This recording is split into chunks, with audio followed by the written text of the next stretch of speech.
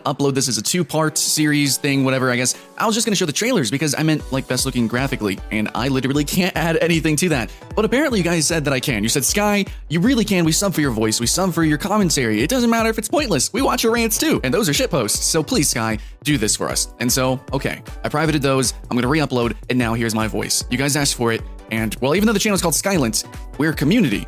That's what we do. You're the friends and family. And so, yeah, you're right. I owe it to the Patreons. I owe it to the donators. I owe it to you guys who subscribe and have been watching for so long. So let's get into it, yeah? Here's my thoughts and feelings, as light and pointless as they might be, for the best new, best looking MMO. So the first MMO that I want to talk about is going to come from a creator of Firefall, a game that I really liked and I thought had some really interesting stylistic and mechanical choices. But this game's called Ember. So Firefall is completely dead, but Ember is taking some of those concepts and going like crazy bananas with them. So the frames are now kind of like bigger, more larger. I can't say quite giant, but more or less, they're big ass freaking mechs. So we're gonna be jumping into these giant frames and fighting. Well, instead of hordes of little insect monster things, we're fighting kaiju. Like legitimately, we are now fighting big ass monsters. And that's supposed to be the core concept of the game. Now that's something that really excites me because that's actually something that I feel is missing in a lot of MMOs is big massive players of, a number of players fighting big massive monsters. It's pretty rare. Guild Wars 2 kind of does it to an extent, but Ember, I'm putting it for a best looking here. Not just, this isn't a list of just mechanics, like games that I think are going to be good. This is graphically. So this looks like genuinely, I know we don't see much, which is why it's lower on the list, but it genuinely seems like it's going to be a very stylized and very like fidelity game. It looks like it's going to be fine. I know it's super early, low on the list, but then, look at the art. You see the engine it's running in. I'm just going to go ahead and give it the benefit of the doubt. That's what this list is all about. Ember coming in number 10. Number 9, Chronicles of Illyria, or Lyria. Sure, I get it wrong every time I think. Now, some of you guys, last time I uploaded this video, said that this game did look bad in some ways. I think it's because it's earlier, in development, but this is a game that's going for a more down-to-earth and realistic approach. So I think for what it's trying to do, it actually looks good, and I'm comparing this to a lot of survival games, where they can have this sort of appearance to it as well. Like, I know it's rough around the edges, but you have to also consider what it is attempting to do. It's not cartoon, it's not stylized, and I mean, to an extent, because of that, it is actually lower on the list, but because it's trying to be realistic, I think that for this kind of game, it actually does look kind of good. Remember, survival game, but that as like an MMO proper, right? It's a down-to-earth, low fantasy. I know there is fantasy. I don't know actually if it is high fantasy, but it just seems like it's trying to take, that more gritty approach to everything. And that's, of course, the aesthetics, the mechanics. I think Chronicles of Illyria should be a good-looking game when it finishes. Of course, it could just go all awry. It could never improve. It could just be a bunch of stock assets thrown in. Who knows? But as of right now, I'm pretty hopeful for this game. By the way, if you don't know, the sort of gimmick of this game is that you do have a life system, sort of. So once you kind of run through a certain number of lives with your character actually does age over time, and then you have to, it dies, and you get a new character,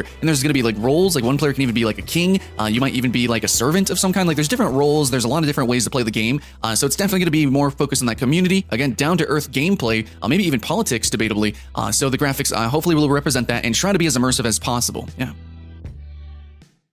Number 8, I've got Worlds Adrift. Worlds Adrift is a game that's already playable, but it's in early access, and in my opinion, I think it's got a long way to go. I mean, not a long way to go, like it has to go a long way, like it's probably an interesting game now, but what I'm saying is that it can go so much further. Now, this is a stylized, very cartoon, and almost simple game to look at, so in some ways, it has to be lower on the list because, fidelity, but in terms of stylization, I think it's pretty good, but also you have to consider what kind of game this is. This is kind of a Minecrafty game where you can actually make islands. They actually have an island creator, which is pretty interesting. They also have these ship builders. So like that's the main gimmick of the game is you're making these giant CG ships. They're basically floating islands themselves, like how big they can get, and you're gonna man these with players. Also grappling hooks. I'm just throwing that out there. I mean, it's kind of irrelevant, but freaking grappling hooks, guys. Anyways, okay, so you're making these ships block by block, piece by piece. The islands also can be, I believe they're procedurally generated in some instances, or if all instances, I don't know. I need to get into this game myself. So if this video does good, I'm buying into Worlds Adrift and I'll be playing it. But as of right now, just in terms of appearance, for what kind of game it is, like a Minecrafty kind of game, it's really cool to see one that's not just blocks and one that is trying to be a little bit more sincere with like actual shapes and colors and making it a little bit more core or hardcore with the the ships and the steampunkiness. I kind of like that. It has a little bit more flavor. That's why it's on the list. And next up, we got Crowfall, a game that, I've been hit or miss here for some time. I think Crowfall is, it was supposed to release already, but it's just taking a little bit longer to get the game fully fleshed out. And that's okay, I guess. If it's going to take forever, fine. As long as that day one, we could jump in, it's fully featured, it runs good, looks good. But I'm just saying, from the very first trailer from back in the day, it actually did look good. I like the stylization. It kind of reminded me of maybe a more chunky League of Legends. And in a lot of ways, it was directly inspired by MOBA gameplay, but now it's going to be kind of changed and shifted. Yeah, the development's taken a while. But graphically, I think it looks really good. Also, to consider, there is supposed to be voxel destruction, and to an extent, you do have a kind of island creator with your Eternal Kingdom kind of thing. I don't know, that has to be explored literally whenever I get into the game myself. Again, if this video does well, I'll buy into it. But Crowfall is a game that I think could look really spectacular, really graphically colorful. It's not that super high fidelity. It's got that very, Albion, League of Legends, cartoony Fortnite. A lot of games are using this art style, but I think it's timeless. And I think at the same time, though, it does kind of go a little bit extra with some of its aesthetic design. Also, the main gimmick of Crowfall is that it's played in campaigns. So you have your Eternal Kingdom, which is kind of, I guess you could say almost like your Farmville kind of experience. That's really oversimplification, and then you go into these multiple campaign maps. So think like something maybe like Guild Wars 2, how there's different instances, different islands you can portal to. Think of that, except they're totally different, literally like month-long campaigns that can eventually end. And then, so you jump in, it's PvEVP, and it's going ham.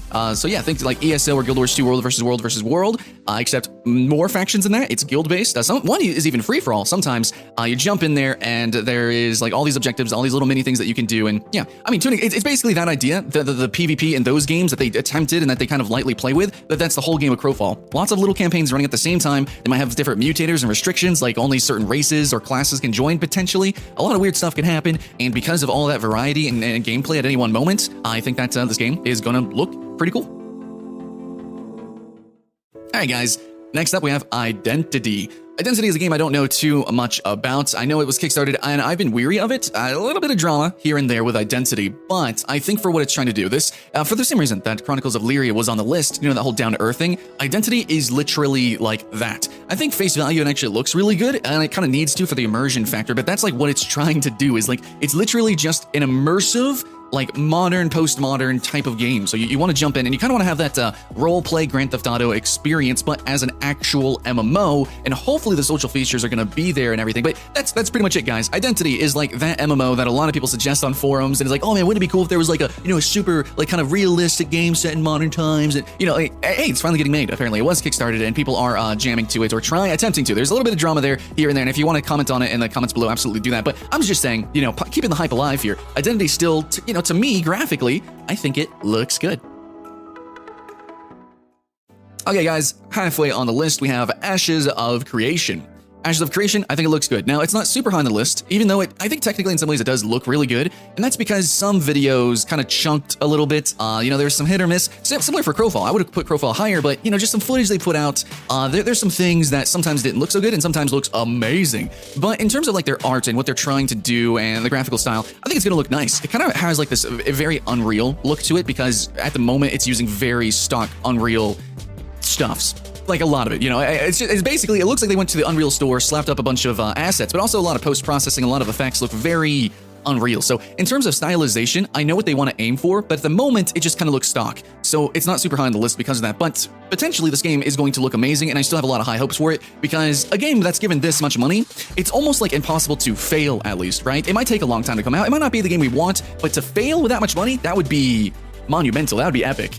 But so Ashes of Creation, pretty sure it's going to turn into something, and I'm pretty sure it's not going to look half bad. So halfway on the list, guys. And if you don't know about Ashes of Creation, you've been living under a rock. Pretty sure everyone does. But basically, the main gimmick is that it's supposed to be this big open world sandbox game. You're supposed to be able to own cities and even level them up with tiers. Monsters are supposed to siege those cities, and there's supposed to be this weird dynamic like ecosystem and weird guild play with the cities that I can't wait to jump into. But yeah, in terms of graphics and appearance, looking pretty okay. All right, guys, next up we have Air, Ascent Infinite Realm. Yes, I dared to put it higher than Ashes of Creation, even though this is also very similar to some things we've seen. But here's the thing. Okay, guys, I know this is from two teams that could have you guys weary about optimization. I believe it's published from the Black Desert dudes, or inversely, it's from the Terra guys. But basically, I definitely see some assets and things being pulled from both games, poured into here. Also, the trailer has a little bit of worry of optimization, and, you know, probably it's not going to run that great. But in terms of graphics and style, for what it's trying to do, giant steampunk, very fantasy, very ornate steampunk. Keep that in mind, where World's Drift was the opposite, very clean. Yeah, no, Air is like really intense with its stylization, really intense with like the ornate stuff. It's pretty ridiculous. So very regal here. This game has a lot of fancy stuff going on. So maybe it's not going to run that great, but we'll see when we jump into the game very soon. Hopefully I can jump into it. But yeah, it's going to be steampunk, lots of explosive cannons firing off everywhere, you know, insane graphics, insane, you know, spell effects. And you should come to expect that from at least the guys from Terra, right? So yeah, bump that up a notch, you know, a new generation of MMO. I'm excited for it. Hopefully they do focus on like guild play and actual massive combat, you know, giant air battles, ship to ship guild fights. I really hope we can get that. And if the graphics can actually run just a little bit, you know, 30 FPS, please, you know, in these giant fights with all these graphics going on, then it would totally deserve this spot so high up here at number 4. All right, guys, number 3, and this might be a little bit heated and debated, but I'm putting Lineage, the new Lineage of Project TL. Now, I just think that the newest trailer that they put out for this looks really good. Now, actually, when I did my first, look, I did a reaction video, I was like, there's no way that this is gonna look like this in-game. I think it is possible, though, and if it does actually look like that in-game, and we actually have like the dynamic camera that can kind of move around and it's more cinematic, which we see with the competitor Lost Ark, and we see these big explosive battles and, you know, massive numbers on screen and things like that. I think we can have fun with this game, and it is an action RPG, and generally you do have lots of enemies on screen, you do have big explosive attacks, and this game just looks really good though. Like, how's it gonna run like that? Maybe it can, you know, new generation possible, but this game has gone through some shifts, you know, some twists and turns, like it's literally a totally new name. Now it's Project TL, right? So it's not number 1. I know a lot of people are really looking forward to it, but in terms of just graphics and in terms of appearance, I actually really like its competitor more. I think it's way more stylized, and I think this is going to look good. And of course, this is debated because it's isometric mostly. You know, it's easy to make a game look, you know, cool like that. And I totally agree. That's for sure, definitely. But, you know, it's still my opinion. I'm just slapping it at number 3. And now number 2, I'm going to put Star Citizen. And like, this is kind of a no-brainer, but at the same time, some people will be like, well, where's the style, where's the feel? The thing is that there's actually not that many sci-fi MMO that really put you in the first person and really look good in all accounts. PlanetSide 2 look actually pretty good in alpha with its lighting and everything, but it kind of looks really cheesy and stuff. Star Citizen is looking to be very sincere. Again, why I put Chronicles of Illyria and Identity on this list here. Star Citizen is trying to be extremely, okay, this is weird because it's a space game, but down to earth. It's trying to be realistic. It's trying to be actually sci-fi. It's trying to have all the little details that make sense. And it's not just trying to be uproarious for the sake of being uproarious like Ember is. It's trying to be like the sci-fi MMO and potentially the MMO. But at the moment, it's really just kind of a tech demo. You know, you have the ships, you have the lighting engines, or the different physics engines, and the little tiny mechanics that they're slowly adding into the game. It's very similar to Ashes of Creation. This is a game that's been so funded that it just can't fail. At the very bare minimum, it's going to be something, some sort of prototype demo-y thing that is going to look freaking gorgeous. And at the best case scenario, it's going to be a massive MMO that also has a single-player game being exported next to it. So I think Star Citizen is going to do well eventually, but I think that because it's consistently getting so much money, that means they can consistently add so much more to the game, which means it's going to take consistently more time to actually produce it. So it's at number 2 because, you know, it is more sci-fi. We have seen lots of movies. We have seen some games that have had this aesthetic before. So to an extent, I'm going to have to revoke its number 1 place, also because it's so far off on the horizon, to another game that's maybe a little bit closer, that some people can play, that also has more of an interesting stylistic crunch, a bite to it, in my opinion. Okay, so number 1 is Lost Ark.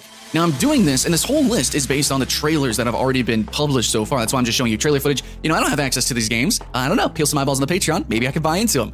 But Lost Ark opened up for the West, or I think globally, really, with this big, like, freaking, like, 12-minute trailer, maybe even longer, of just showing off, like everything, the whole game. Like, they showed off the classes, they showed off, like, the world, they had the camera flowing all around the bosses, the animations, and even since that trailer, which blew everyone's freaking eyeballs away, we've actually had increased animations. They've even, like, really subtly been tuning the textures all the way down to, like, every little thing. They've really been tuning this game, and people who have been playing it, you can actually watch those videos, and you can really see the upgrades over time. Now, Lost Ark might take forever to come to the West, like Blade and Soul did. Blade and Soul was a gorgeous game as well, and even when it came to the West, like, 6 years later, it's still one of the most gorgeous games, actually, now. now.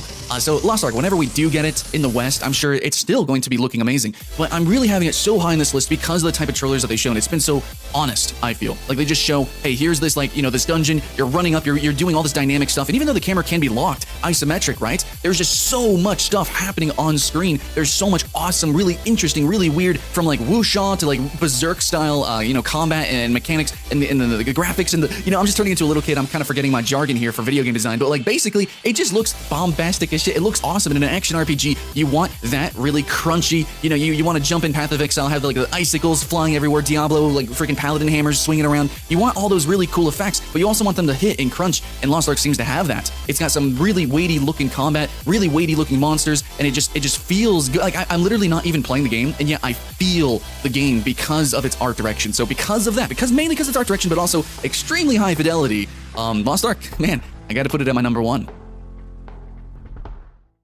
So guys, that's going to be it for my top 10 best looking new MMO. Now, it is based on graphics, and like I said, like I didn't add anything to this video. In fact, I probably detracted, because the last time I had the trailers just, you know, from the Kickstarter stuff, and the developers were saying what the games were about. So they were probably more educated about the game they're making than me, but you guys asked for it, so I delivered. And if you guys have any other video ideas that you want me to do, that's what I'll do. Again, the channel is called Skylent Games, but we're the friends and family together. We're a community. So, you know, let's hang out. Join the Discord and let me know what you guys want to see covered, what you want me to review. I need to know ahead of time so I can actually play these games, because doing top 10s actually takes a lot of research, a lot of time, and maybe I can shit something out like this every once in a while, but, you know, I need you guys, actually, to make this whole magical thing happen. So thanks for watching, guys. I definitely applaud for the Patreons, the donators, and the people who like, subscribe, and, you know, the call to action, all the YouTube stuff.